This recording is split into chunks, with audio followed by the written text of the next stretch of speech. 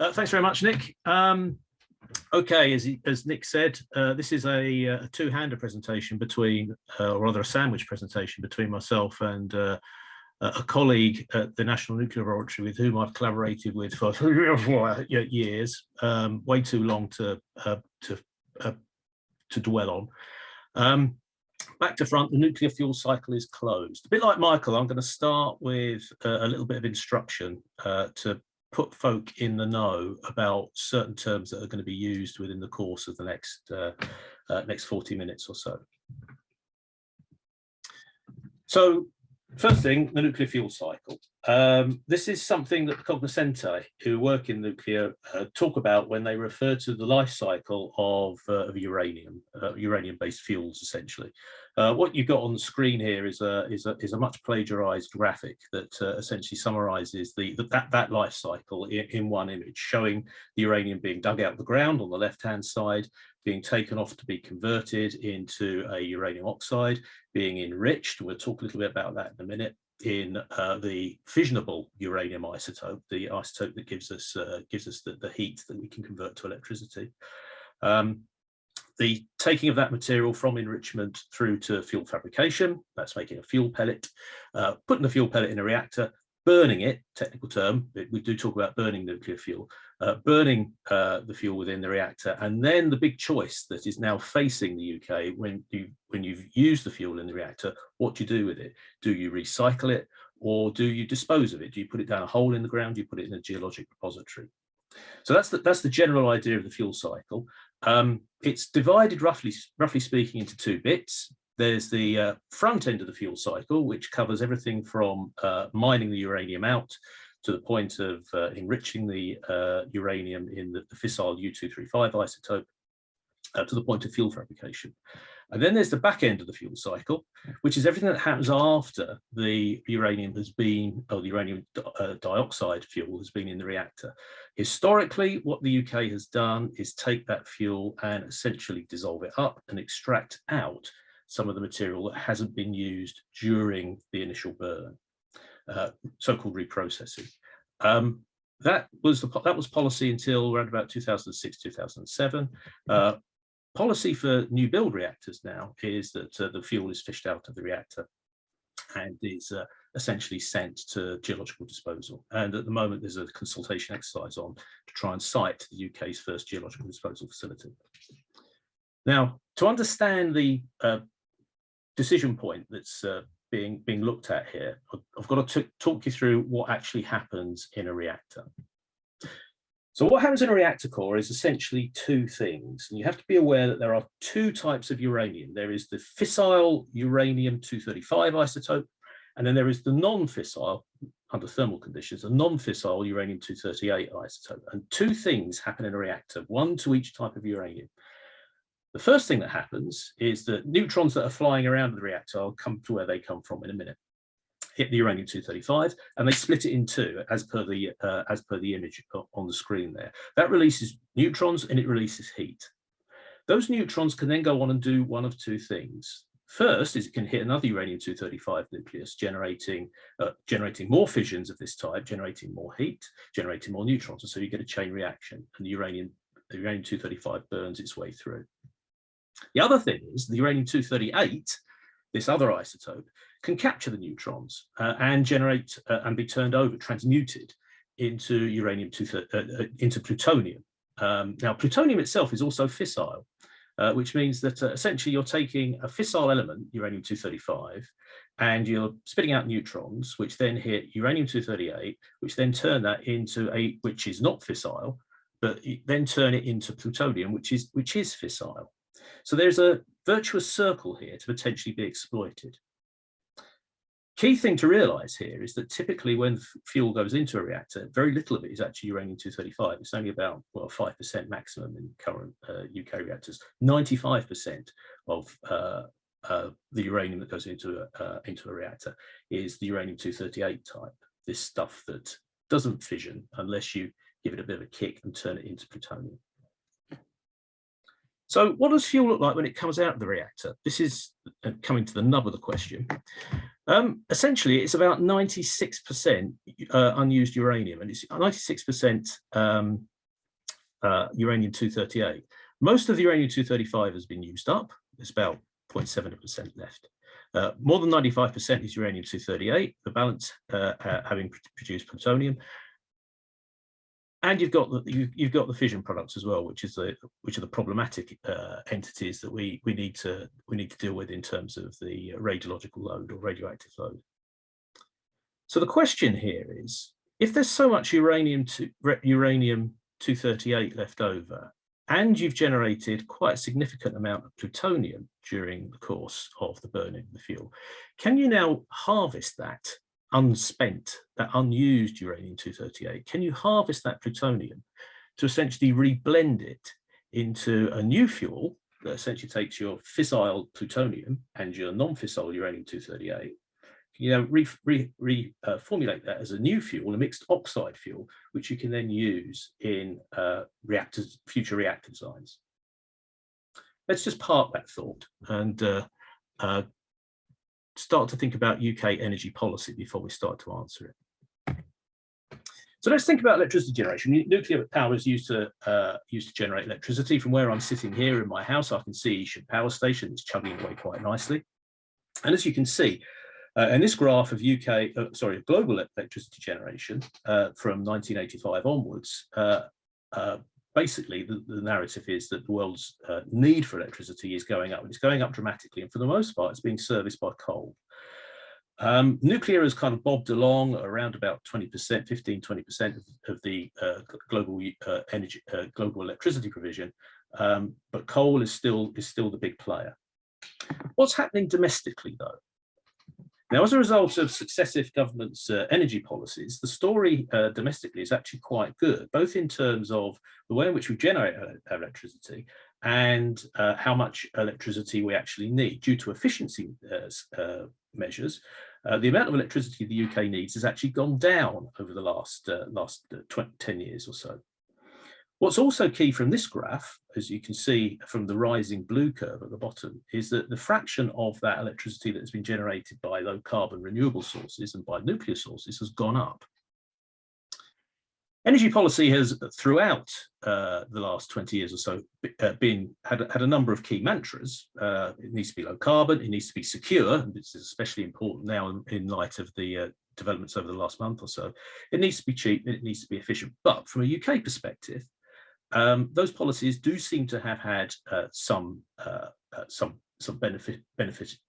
beneficial impact, in as much as total generation is down by 18% since 2010. Fossil fuel usage is down by 59% since 2010, and now almost all of our fossil fuel related electricity is generated by gas, and renewables is up 5-fold. Now, what's the consequence of this? Well, most of those energy types or electricity generation modes that are growing are in fact low carbon. You can see from the graph that I think this is from the International Committee on Climate Change, or International Panel on Climate Change. You can see that all of the growth areas, wind, biomass, ocean, hydro, they're very, very low in terms of the amount of CO2 they generate per kilowatt hour of electricity that they produce. And nuclear is in amongst them. It's not zero carbon, but it is very, very low carbon. Now, what's the consequence of all these energy types being implemented in the context of UK electricity generation? The context, or the consequence of, is this graph here, which shows the amount of CO2 that the UK has produced year on year since 1990. You can see overall it's gone down. Most of that reduction has been as a result of energy generation, which is the black bars at the bottom. So that energy policy is paying off, and the low carbon nature of many of the energy supplies that are feeding into the electricity supply at the moment is advantageous from the point of view of what was decided 3 years ago by government when they signed into law the net zero ambition to achieve zero carbon emissions by 2050. Now, in the context of that, and this was the big policy driver across Whitehall until COVID hit in 2020, In the context of that, the 10-point plan for a green industrial revolution was released, and point 3 in that is that there should be a new advanced nuclear power or new advanced nuclear power systems developed to drive the UK's carbon generation even further down. Trouble is, the UK nuclear is in a period of transition. Power stations are closing all over the country, and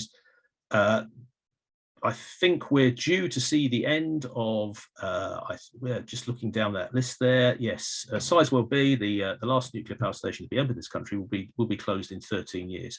And we're due to have a spate of power station closures over the next 5 years or so.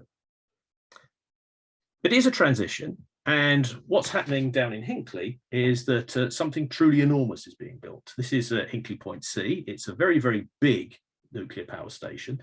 It's going to produce something like, this is the opposite of the nano stuff that Rob was talking about earlier on. This is giga. This is going to produce something like 3.2 gigawatts from 2 operating units, expecting to start generation in 2026. The problem with building a reactor of this type is that it's enormous. The work is heavy, it's non-repetitive, it has long lead times, financing in particular is expensive. It's a big project.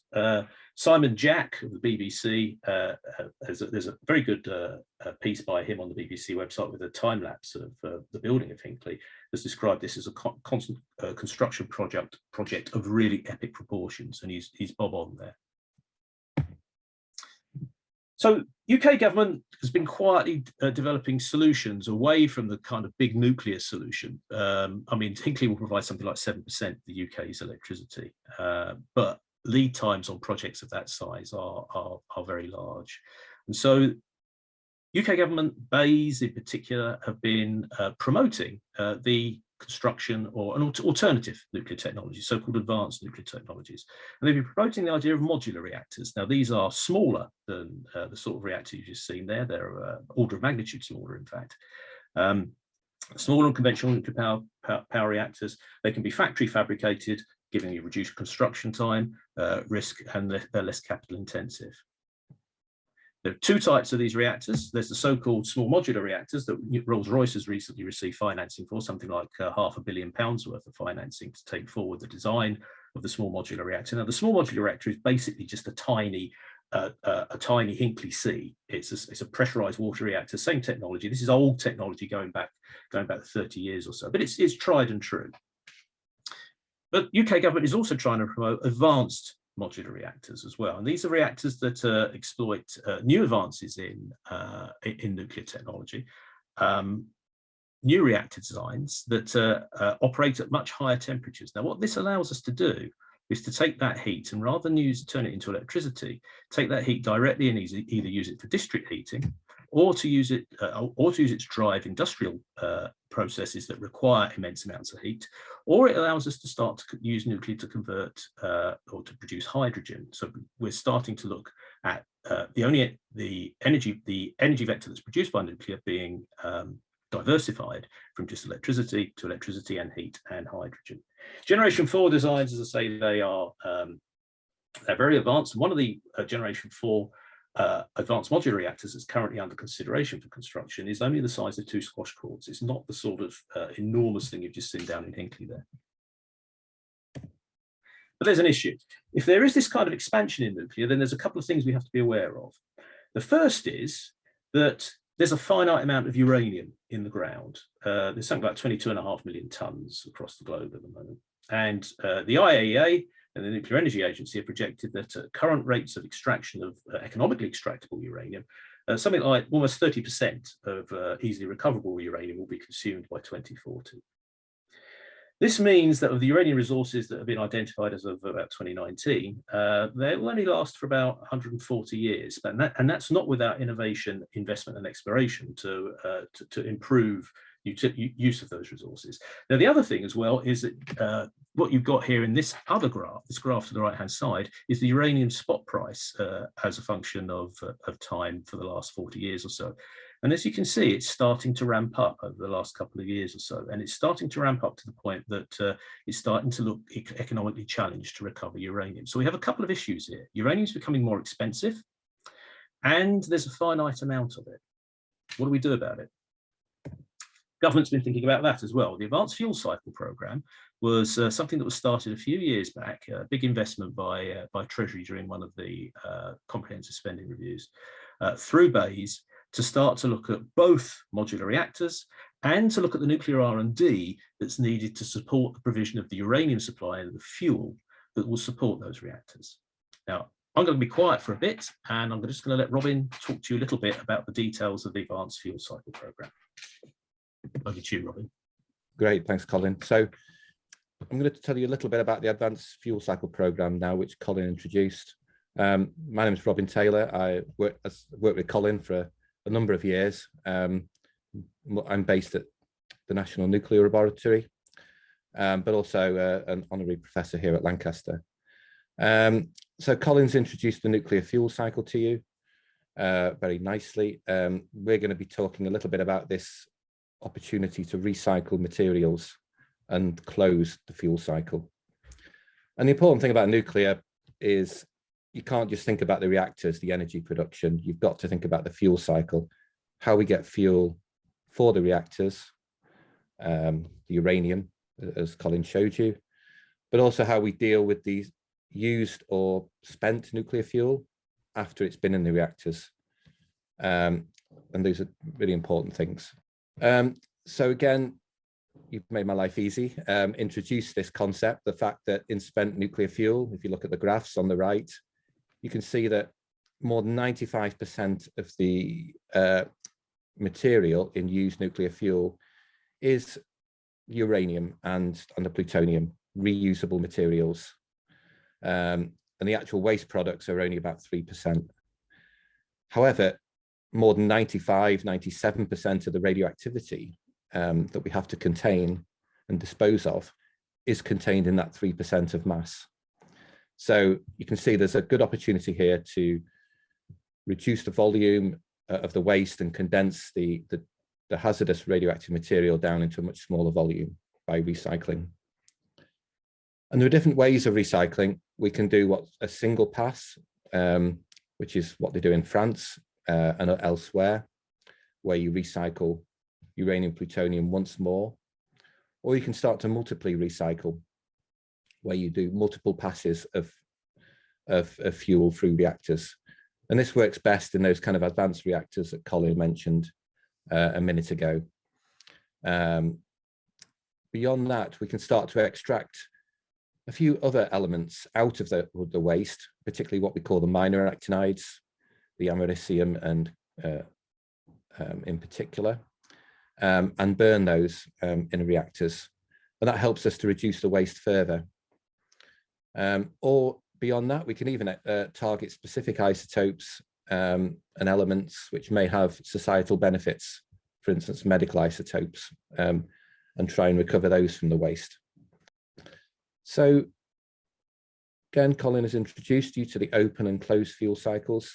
And the thing about spent fuel, used fuel, it must be isolated from people in the environment due to the radioactivity.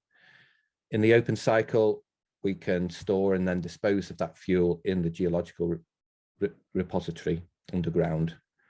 And this is the simplest option technologically, but it's not yet actually been implemented anywhere in the world. And its current UK strategy for these future reactors like Hinkley. But that disposal it will be towards the end of this century. The alternative, as we said, is you can start to recycle these materials in what's called the closed cycle. This is more complex. It requires more facilities at the back end, but it has other advantages, which I'll talk about in a minute. So just introducing you now to the Advanced Fuel Cycle Programme, AFCP. This is a UK government, Department of Business, Energy and Industrial Strategy funded programme. It's part of their energy innovation program, where they're looking at this broad suite of technologies and ways in which we can reduce our carbon emissions towards net zero. It has two themes. The first is around advanced nuclear fuel fabrication, producing the fuels for the future reactors. And then secondly is what we've called advanced recycling and sustainability. And it's that theme that I'm going to talk to you about. So a few little facts and figures there on the right. As I say, this is it's actually now about £55 million programme. It's generated more than £100 million of leverage by working with other programmes internationally. We've engaged with more than 100 organisations, used more than 30 UK facilities in our research, including probably more than a dozen new facilities which are in development to support future capability. I think we've actually employed nearly 100 postdocs now, many for multiple years on the programme. And across the board, the sort of skills and training has been a real focus, both in NNL itself, but also obviously in university partners.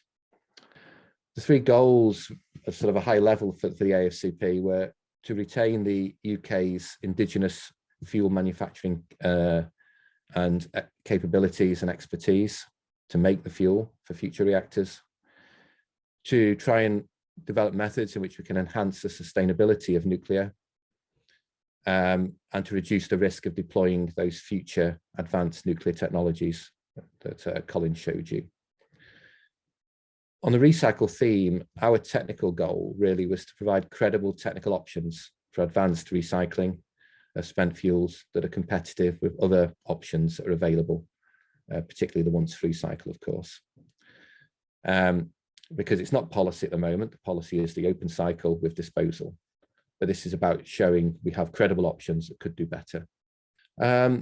So as well as those sort of technical goals, the research and development and the innovation, because this is a government programme, they're very interested in the other sort of levers in which we can help society and business for the UK, and what we called strategic outcomes. There's been a big focus on these in the programme: developing infrastructure and capabilities, aligning the work with industry and end users,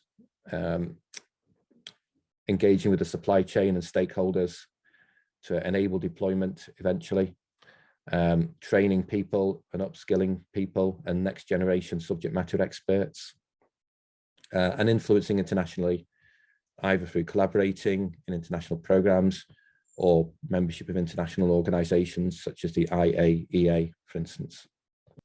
So, of course, we all are very used to recycling these days. I think nearly all of us would like to get away from this throwaway society where we have huge all this waste going to landfills, and we're comfortable now with recycling our tins and our plastics, paper, lots of other ways in which we can recycle our waste at home. And then that can turn up in new materials such as fleeces, for instance, that we can all enjoy. And we accept there's a bit of additional effort and cost to do that, but it has significant societal benefit if we do recycle. So why don't we do it with nuclear fuel routinely? Because the benefits are similar. It's increasing our sustainability, reducing our wastes, reducing our uptake of the natural resources, and lowering our environmental impact. But there are some concerns, mainly to do with the technical maturity being a lot lower, potentially costs of doing this because it's complex. It generates some secondary wastes which themselves have to be dealt with. And there are the non-proliferation and safety and security issues associated with handling nuclear materials. And there are some issues which, depending on your viewpoint, may be a advantage or disadvantage. The public acceptability, and the social and business impacts for doing this kind of work. Within AFCP, the lens we're sort of looking at this through, of course, is sustainability, this intersection of society and the environment and economic factors. And it's worth saying that nuclear already compares well with renewables. And Colin showed you, for instance, the CO2 emissions there. But also advanced nuclear fuel cycles can increase that sustainability further, which is, as we say, consistent with the trends we have in society towards the circular economy. So let's look at some of the reasons now. On the left, you can see a graph which shows you how the amount of spent fuel from reactors is growing worldwide, because we don't have repositories for if you want to dispose of it directly, and there's limited reprocessing capabilities at the moment. So there's a lot of fuel going to be in storage pending a solution. But we also can see on the right this gain that we can get in the use of natural resources, the uranium. Colin showed you how limited they are. If we recycle once, we can reduce that uptake by about 25%. If we multiply recycle in advanced reactors, it can be an almost indefinite resource. I think everybody is quite well aware these days of life cycle analysis as a tool for looking at a process from cradle to grave or a technology. And what you can see is in nuclear, on the graph on the left, the environmental impacts are really all in the front end, the manufacturing of the fuel because of the mining and the enrichment. And the back end of the fuel cycle has very small impacts in comparison. But the graph on the right also shows you that any degree of recycling, you start to reduce those impacts of the back end of the fuel cycle even further. Partly because you're reducing the reliance on mining, of course, because you're recycling uranium. Equally, by recycling, we can reduce the amount of highly radioactive wastes. So the graph on the right shows you the sort of drop in the waste volumes. And on the left, you can see the decrease we can have in the generation of the heat from the radioactive decay in the wastes. And this is important because that enables you to pack the waste much more closely in your geological repository. Therefore, you can fit more waste into a smaller area and smaller volume. And we have a reduced footprint of the repository. Equally, as we start to recycle, if you look at the graph on the right, you can see that the disposal of spent fuel itself, it might take a few 100,000 years for the radioactivity of that fuel to decay back to background levels. Recycling, you can start to reduce that even down to timescales in which we know we can maintain buildings, say 1,000 years perhaps. So we have benefits there in reducing what we call the radiotoxicity or the lifetime of the radioactive waste. One issue that's always raised in terms of closing the fuel cycle is the additional cost. But if you actually look at the levelized cost of electricity across the board for nuclear, what you see is that about 70 to 80% of it is actually in the reactors. And the fuel cycle, or the back end of the fuel cycle in this example here, is about 3% of the total cost. So whether you dispose of the fuel directly or you recycle, it's not going to have that big a difference on the levelized cost of electricity. The graph at the bottom shows you that closed cycles are more, there is a premium for recycling, as indeed with our everyday wastes. And it is going to be a little bit more expensive compared to the open cycle. But you can also see there's quite a big range of uncertainty on these numbers. So really cost is not a good differentiator for choosing an open or closed cycle. And it comes down to the case for recycling, probably boils down to the values you place on sustainability. So getting back to AFCP, this is the current state of the art for recycling of nuclear fuel. Plants at Sellafield in the UK and also at Le Hague in France, the reprocessing plants there. And you can see they're big industrial complexes. So the question we have is, can we do better? can we find these plants were designed in the 1980s? Can we now find 21st century solutions for spent fuel recycling that realize those benefits in those little green boxes I showed you, but also then solve those problems in the little red boxes that I showed you? So this is a little cartoon. You can see the current or the past reprocessing technology on the left, which was a big plant. It's got 3 solvent cycles of solvent extraction. It produces separate uranium plutonium products. It's very inflexible in terms of the fuels that it can take. And it's a large plant with tall pulse columns and big mixer settlers. And so the challenge for AFCP is, can we shrink that into something that looks a bit like the picture on the right, where we have just 1 solvent extraction cycle? We have mixed products, add proliferation barriers and increase safeguards for nuclear materials. We produce less waste at source. We have a much smaller footprint of the plant that then translates it into lower costs to build it. And even taking a flexible and modular design approach as well. I don't think this is anything new, but within AFCP and NNL, we work all the time with universities, and clearly the advantages are the access to the science base, the facilities, the innovation that universities drive. That will enables us to really take a much more fundamental look at what's happening in our processes and our plants and get that really basic fundamental understanding. They're much better placed to do non-active or low activity work, leaving us at NNL to do the higher activity work with the nuclear materials in our bespoke facilities. And of course, that means that universities can focus on perhaps the low technology readiness level scales, developing those ideas and those science base and those innovations, which we can then turn into translational research and development, and the sort of TRL range of 4 to 6, start to apply those technologies and can translate them into processes and plants. And of course, universities are very good at training the next generation of scientists through postdocs and PhD students. We've had long-standing collaborations with Lancaster, and Lancaster have been one of our core members of the AFCP since we started all this work back in 2017.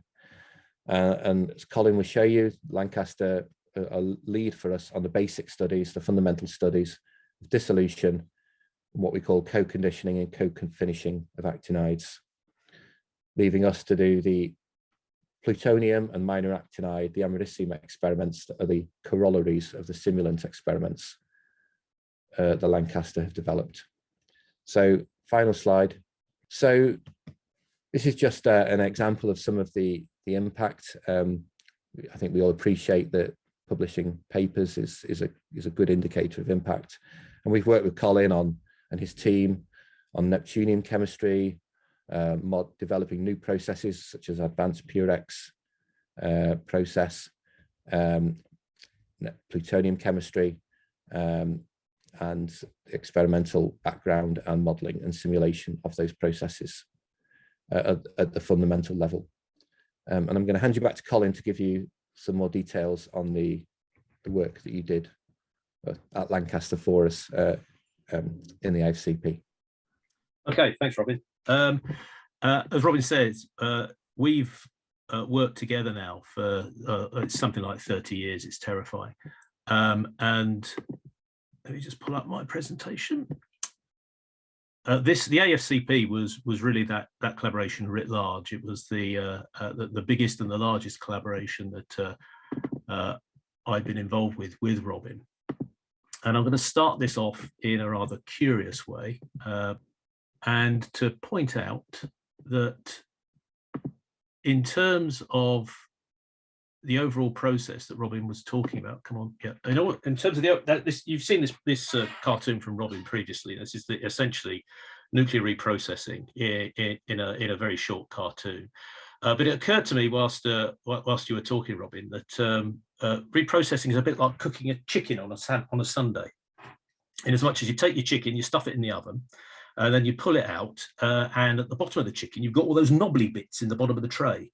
And you want to get hold of those to make the gravy. So what you have to do with those knobbly bits is to dissolve them up. And when you're dissolving them up, you're also dissolving up a load of the fat that's fallen out of the chicken as well. So you've got to dissolve the good stuff. You've got all this fat. So you then need to do a separation process to get rid of the fat and isolate all the flavored good stuff in a water solution. And then after you've done that, and I do that in my kitchen every Sunday. It's the best bit of cooking a roast. I do that with my little fat separating flask. And then the last thing you do is you concentrate that down to make your product, which is the gravy that you serve to your family at the table, and they then turn their nose up and go, "Ooh, don't like this," but they're teenagers. Anyway, that's exactly how reprocessing sort of works. And what you've got here on the left-hand side is at the top, you've got the dissolution of spent fuel. Fuel comes out of the reactor. It's then boiled up in nitric acid to dissolve it. There's then a whole bunch of separations processes to extract the radioactive fission products out from the actinides that you want to recycle as fresh fuel. And then finally, having done that, you isolate your uranium and your plutonium stream to refabricate as new fuel. We've been working at the top and the bottom of that process. We've been working at the dissolution stage, and we've been working at the product delivery stage. The separation stage in the middle has been looked at by someone else within AFCP. So we'll be looking at fuel dissolution, which then leads to uranium and plutonium extraction, and then we'll be looking at the conversion of that product to a high plutonium, mixed uranium plutonium MOX fuel, which you might remember I mentioned earlier on. Here's the team that's done it. There's 9 of us. Out of the AFCP investment, I think about $1 million or so came to Lancaster to fund 9 people over a period of 3 years. There they are. I'll introduce you to them step by step as we go through. The majority of the work was done in our National Nuclear Users Facility, Utgard Lab. That was a £1 million investment by a £1.5 million investment by Bayes back when it was DEC, and also UCRI to create a simulant spent nuclear fuel fabrication facility. And these are big problems, so you need big teams, and so it would be remiss of me if I didn't mention all the various collaborators we've had over the course of the last 5 years or so. Probably the key ones here being on the university side of things, Manchester and Leeds, and the Green CDT, by which we've trained a number of PhD students in this area. Okay, so this is the various stages of the so-called advanced PUREX process that Robin was talking about, the shrinking down of recycle to a smaller footprint, a number of stages, and it starts with a spent fuel pellet, and this is one of the spent fuel pellets that we have in our Utgard laboratory on campus at Lancaster. And so what we were seeking to do at the first stage of the work that we were doing for AFCP was to see how easy it would be to dissolve, or whether or not there are new ways in which we can dissolve these fuel pellets more efficiently and more completely. And this is work that the guy at the top there, Michael Chimes, did as part of the Advanced Fuel Cycle Programme over the last couple of years. So we're seeking to demonstrate and understand spent fuel MOX dissolution by a so-called novel oxidation process. And this novel oxidation process involves a highly oxidizing type of silver ions to promote fuel dissolution. Now, you might remember I said that fuel usually dissolves. It's usually dissolved in conch nitric. It's boiled up as a soup. This was looking at whether or not there are more benign conditions under which you could generate a dissolution process. So we looked at this with simulated spent fuel, and we were looking at generating these highly oxidizing silver ions by electrochemical means. Now, hopefully the technology is going to work, and I'll be able to show you some of these highly oxidizing silver ions being generated. You can see them as the purple wisps coming off of this electrode here. So what we've got here is an electrode at the top. We've got a solution, and we're, oops, a daisy, didn't want to do that. Let's go back. Yeah, got a solution, and we're generating a plume of highly oxidizing purple silver 2 ions. What we then do is we play those. So that's a side view of the cell. If we now look at the bottom of the cell, we now play those over the fuel pellet on the left-hand side here. And what you can see is that the solution in the cell is starting to darken. And that's because what we're doing is we're gradually dissolving off, using this electrochemically generated oxidant, we're gradually dissolving that fuel slice. What do we end up with? Well, we end up with something that looks a bit like Emmental cheese. And on the right-hand side there, in a rather bad photograph, it's quite difficult to take photographs in these facilities because you're looking into glove boxes and the like. You can see there's a little vial of the dissolution liquor that we've harvested from the dissolution of that fuel pellet. Okay, so the next stage is, having got the knobbly bits off the bottom of the bottom of the pan, is to separate the goodness in the solution away from the bits that we don't want. Now, this is something we looked at within AFCP. This actually went down to the University of Manchester, and credit where credit's due. This was Clint Sherrard, who also doubles as a world-class rugby league referee, leading the separations work at Manchester in collaboration with colleagues at the National Nuclear Laboratory. And so what Clint is able to do is, and what Robin and his colleagues up at Sellafield are able to do, is to achieve very, very high separation efficiencies of the things that we're interested in, the uraniums and the plutoniums of the world, from the other stuff that's been dissolved up. This then comes to us to condition in preparation for precipitation and refabrication as new fuel. So what we've been seeking to do at Lancaster is develop an innovative, clean and safer photochemical route to condition the uranium and plutonium ready for precipitation. Now, we can't work with plutonium on Lancaster campus, but cerium is a very, very good surrogate. And in doing this, in trying to do this, we've developed a range of photoreactors which are printed by additive layer manufacturing in the engineering department, and use new high light intensity, low power laser diodes. And I think I should be able to show you the interior of this thing. There it is. And this is work that was done by the postdoc in the top there, Mick Bromley. He drove this. And you can see there's a spiral going through the middle of the photoreactor, which contains the solution that we're trying to condition down into a state whereby we can precipitate out useful powders to make into fuel pellets. This, I think, if it works, will be a little cartoon. Well, there we go. There's a stop motion video of our uranium solution going through the photoreactor and being turned into the right uranium type, ready for precipitation. So the green stuff is what we're after. Vitally, we trialed this on uranium in Utgard and cerium as a surrogate, and we've in collaboration with Mark Sarsfield, who's a colleague of Robin's up at NNL. This has now been successfully demonstrated on plutonium as well in NNL's central laboratory. So the next stage is to take those product streams, those co-conditioned product streams, a cerium uranium product stream at Utgard, plutonium uranium stream at NNL, and to precipitate them out. The way we precipitate them out is to simply add oxalic acid, one of the main components of rhubarb. So you can get oxalic acid out of rhubarb, you add it to the uranium plutonium solution, and what you precipitate out is quite a nice solid cakey material. What you can then do with that is pelletize it, so you get a nice green pellet, stick it in a furnace, and sinter it. And what you end up with then is a nice black fuel pellet out the end. So what we've been able to do through AFCP is to demonstrate all the steps that are necessary for you to generate or to completely regenerate a pellet of fuel from a pellet of fuel. So within AFCP, with using our non-active facilities, we've been able to demonstrate the key stages in going full circle from a spent pellet to a new high pollute content MOX pellet. In doing so, we've demonstrated novel dissolution technologies. We've developed a novel photochemical conditioning process, and we've produced new homogeneous mixed metal MOX precursors in the forms of these oxalates.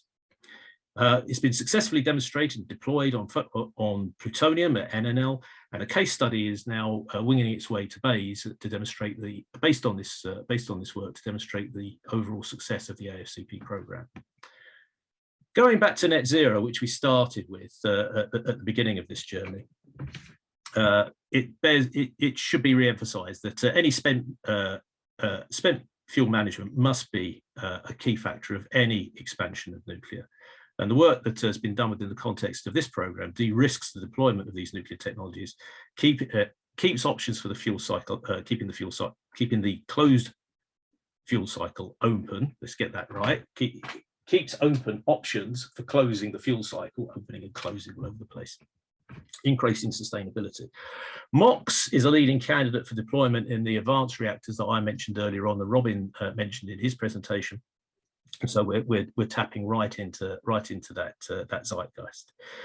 And in terms of what the work within AFCP does, it essentially addresses 3 points of the 10-point plan for the green industrial revolution. There's other stuff that's come out of it, conference presentations, the papers, the usual stuff that academics like to beat their chests about. But in the spirit of Rob Young, I'd be bad if I didn't finish with an advert, which is one for Utgard Lab, which is where all of the work that I've just shown you took place. This is open for those folk that want to work in the area to book time in. It's an open access facility, and my postdoc, Richard Wilbur, manages it for me. And on that note, I'll stop.